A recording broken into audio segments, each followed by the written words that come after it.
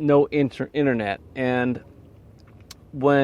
if we're in a town, and let's say the example I heard was a mechanic, the mechanic would compare himself to other mechanics in town, and literally he would be the best mechanic, and that gave him a sense of pride.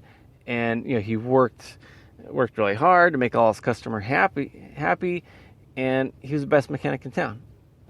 And then all of a sudden you go down the road, and guess what? You have another mechanic, and you're better than him. You may go out on vacation, and you may be in another town, and then you hear there's a good mechanic in another town, and then maybe you don't feel like you're the best, but you can learn off him and maybe try to be the best. But with the internet and everything, we're comparing ourselves to everybody. So now you got to be the best mechanic in the world. You got to be better than the guy that's doing, what's his name? Leo.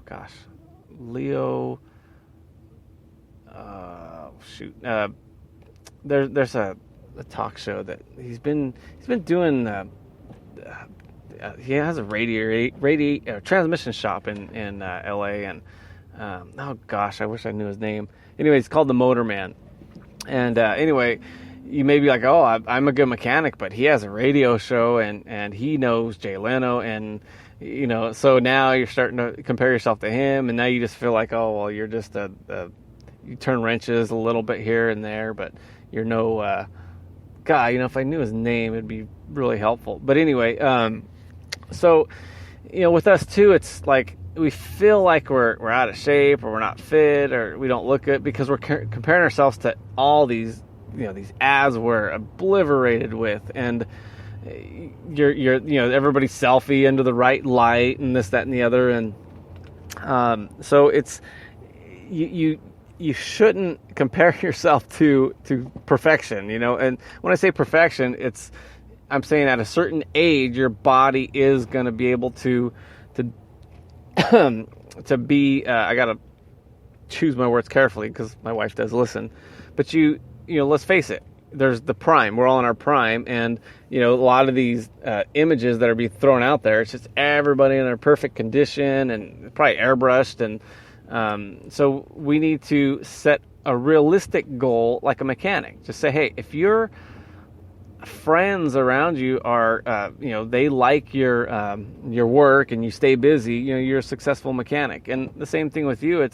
You don't have to be, the perfect specimen to feel like you're a complete person. So just, I always say, just be the best you could be. Compare yourself to yourself and your limitations, and you will be not as depressed, because you want to get rid of all that negative energy, and it's so hard to do it when you're constantly seeing. Yeah, it's one thing to have motivation, but you got to remember, if you're watching like a movie and you see this, whether if you're a dude, you see the bodybuilder, or if you're a girl, you see the leading actress or whatever, she's one of thousands of people that would love to be there. So they took the best one, and it's that's not the norm, and nor do you, even if you don't need to compare yourself with that, because let's face it, they're getting paid millions of dollars because it's rare to have that physique,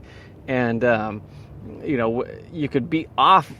You can still be good and just not be perfect. I remember what was it, just at the Super Bowl, Lady Gaga, she had a little bit of belly fat, and everybody just tore her up, like, oh, ever heard of sit-ups, and what's the matter? And I'm just making up disses now too, what's the matter? They don't, you can't find your way to a gym, so it's like, well, because what are they doing? They're comparing her to everybody else that's been on, in front of the camera, and everybody else, they have better genetics and, had more time with the personal trainer and the personal chef. And again, they're in their prime, where it's probably a little easier to keep that perfect physique. But I think we're doing ourselves a disservice by comparing ourselves to that, because if you talk to a lot of people too, they say that's unhealthy too. If you're that thin or even that big, again, I'm not a doctor. I just wish I was though. You have an enlarged heart, I think, because you're working so hard and you're almost considered obese. I think it was Dr. Dina Odell would say is because your heart has to work so much harder when you have that much body mass. So I'm not saying it's unhealthy, to exercise all the time, but to say that you would be a healthier, happier person, I don't think is 100% correct, because in some cases you're not doing it for that reason. You're doing it for looks, and you want to look like said person, and looks and health aren't exactly related. I think there's a chasm between what we'd consider a perfect body, because I think in some cases you need a little bit of fat too. I know with me, I had at a younger age I got ulcerative colitis, and amongst other things, and the first thing you do is lose weight. I mean, I think I was in the hospital and I got down to 113, and I felt like I was gonna die. That, I mean, I'm surprised didn't kill me. It's just I was so malnutrition, dehydrated, that I almost felt like that I had to, at that point, have a little bit of weight on me, just this is like a little buffer zone, just in case something happens, my body can kind of, not be on such a wire, like, we gotta, it's malnutrition town, and if I'm already cutting it close, if you're like one of these, thin supermodels, you don't have a lot in the reserve.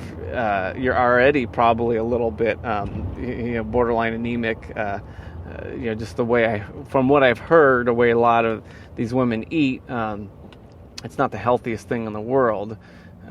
So don't compare yourself to that for obvious reasons. One is it's unattainable, I think, in most cases. But the other thing is it's not the healthiest thing, from what I'm getting from people in the industry, from the personal trainers I talk to, dietitians, and even the doctors that I try to read on a regular basis. They usually what is Dina Dell's book is Eat, Drink, and Be Merry. So things done in moderation.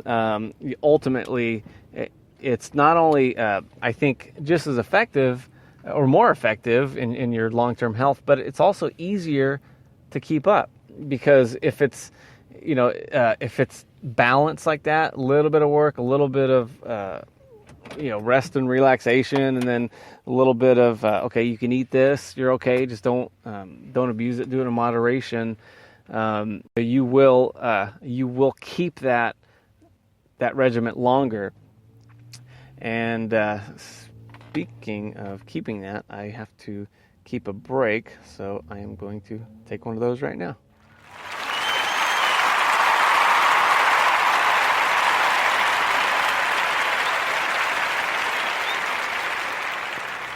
Hey guys, we love sugar. Sugar tastes good. Problem is, it's causing obesity, it's linked to type 2 diabetes, so we switch over to artificial sweeteners, which at a certain level become bitter, and now it's linked to early dementia. In fact, if you're drinking diet sodas on a regular basis, you're 10 times more likely, studies say, in getting early dementia. So we have a sugar, it's called Next Sugar. It tastes great. It's as sweet as sugar. It's 100% on the sweetness index. Yes, there is an index for that. And guess what? It's half the calories, guys. You can bake with it, try it, get going, do your thing.